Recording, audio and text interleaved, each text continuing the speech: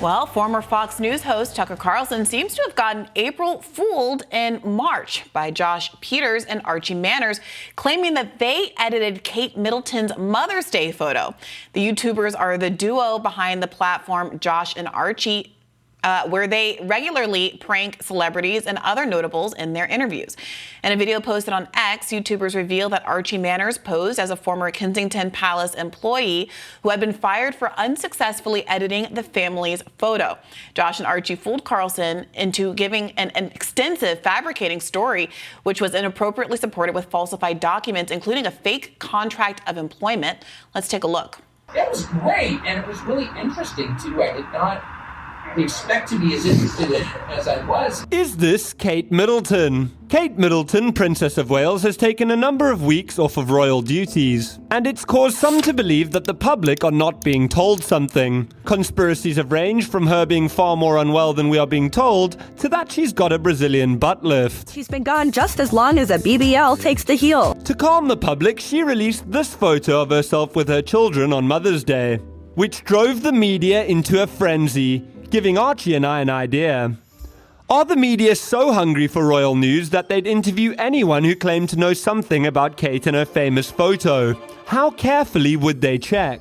One globally famous journalist is Tucker Carlson, who, having been fired by Fox News, has interviewed Putin and covered some really important stories. The stunt worked so well that Tucker Carlson invited Archie Manners, who was posing as a former producer of digital content for the Prince and Princess of Wales, to a London studio to film the interview. Before Carlson aired the interview, Manners came clean about falsifying everything, so it didn't actually air. Oof. That's a little embarrassing and perhaps part of the struggle that you face when you leave the kind of support that you get at a major institution and go independent. I don't know. I mean, Tucker obviously still has enormous resources, and one would think something like this could be vetted, but does seem like a little bit of an egg on your face situation. Sure, it's embarrassing, and you got to admit when you got fooled by something, and you got to learn from it and try to do better next time. I will say, I guess I bring this up when these things happen, because they do happen, and they happen to mainstream people as well, sure, all the time. And in fact, when conservatives prank mainstream people, James O'Keefe type stuff, I'm always a little uncomfortable with it, and I am similarly here because, bottom line, if you work really, really hard to trick people, you will often succeed. They had a fake contract. They had some documentary stuff that they made up. This happens with academic papers, and remember there was that fake dog rape story. Do you remember that thing? No. Somebody made these fake academic papers that had just ridiculously about woke dogs and woke. It was like an anti-wokeness thing. Sure. And isn't it embarrassing that this social psychology research was actually accepted? But they had fabricated data sets. They had all these things. It wasn't just somebody who sent one email. They created a fake email associated with a fake organization. If you do all this, if you go to elaborate lengths, guess what? You're going to win. It's going to work some of the time. So I don't really know what that says about anything. Yeah, look, clearly the appetite for this story is because a lot of people don't like Tucker Carlson for ideological reasons. So the idea that he might have been fooled and tricked, embarrassed by somebody is entertaining to folks. But I will say there is kind of some meta commentary here about how there is an enormous appetite for any news about what's going on with Kate Middleton. Everyone's kind of consumed by it, even though it's not like a substantive news story. And frankly, it cuts across political boundaries. Absolutely. I mean, this one actually doesn't even have any specific conservative salient. Absolutely. He didn't get fooled by like a white person who says they were fired for being white, or so, you know what I mean? Absolutely. With it has some, this is just, everyone wants more details on the Kate Middleton story because it's crazy. So the idea that this is the one that people are saying ha-ha to Tucker Carlson about, well, I mean, this really isn't your beef with Tucker Carlson. And I do take your point that this could happen to a lot of people. And it wasn't kind of a passive, this was a team of people who regularly pranks folks. This wasn't like Tucker Carlson was reaching out to random people on the internet that happened to have like a parody email account, parody Twitter account or something like that. He was being actively misled, not someone who just didn't do enough research when he was reaching out to potential guests. And I think crucially, he did not, in fact, air this program. He didn't mislead anybody. He didn't actually ultimately become fooled into broadcasting a fake interview with fake experts.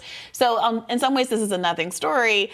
And it wouldn't exist if it weren't that Tucker Carlson is so maligned for his substantive political beliefs by so many people. So I'm seeing a lot of, salivating over this, obviously, from, Mehdi Hassan, Brian Seltzer, those What's type Mehdi's of people. Well, I mean, just saying, Tucker got duped.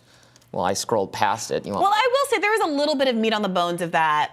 So this is reporting from The Guardian.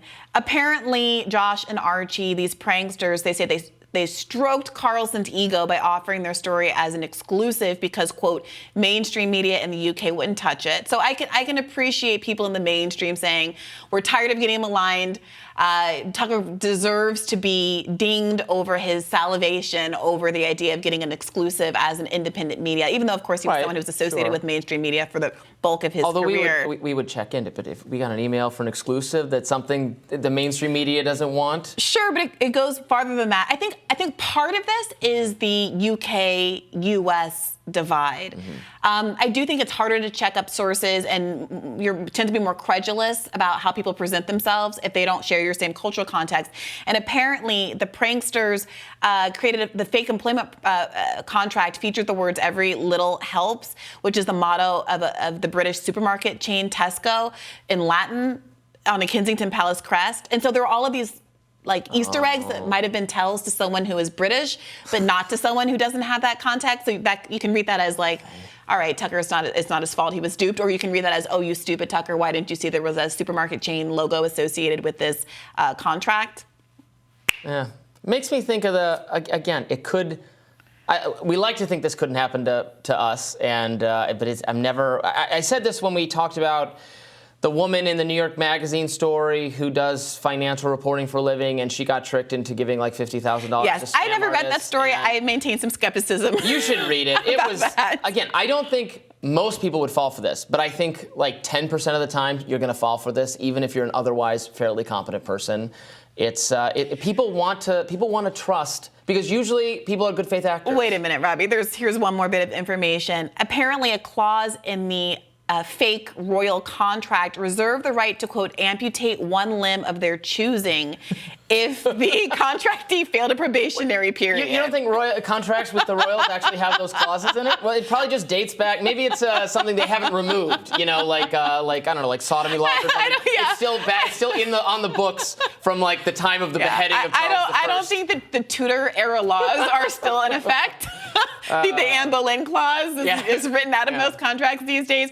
But you let us know what you think about this. Does Tucker Carlson, does he have egg on his face?